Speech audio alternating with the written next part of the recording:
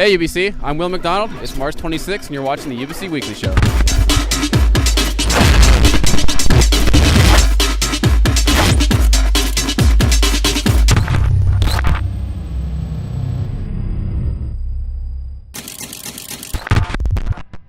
This week in sports, there is women's pro hockey, Miss World Canada beauty pageant.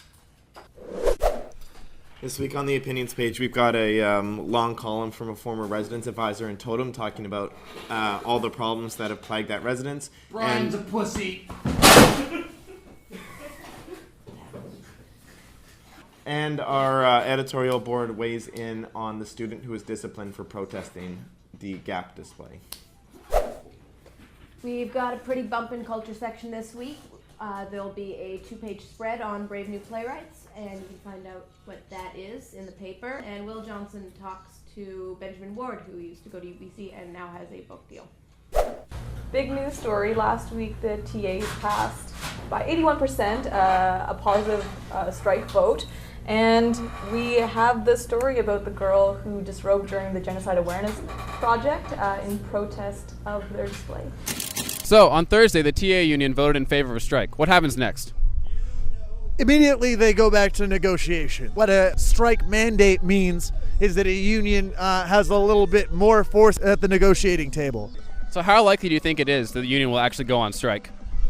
Well, it depends on whether or not they can sort of bridge the gap. The TA union is unlikely to accept the provincial government's net zero mandate.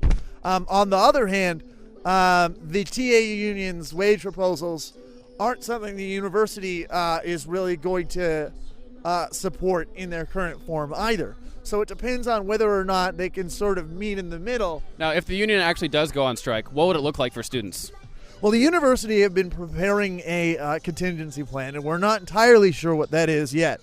But what happened in 2003 was that classes and midterms still progressed. If you declined to cross a picket line, you had to inform the faculty in 2 days, and you still had to complete classroom work.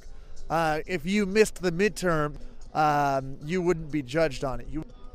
You couldn't be judged, essentially, on things that you had to attend the classroom to do, but you still had to complete your coursework. Thanks. That's all for today. I'm Will McDonald, storming the wall since 1918.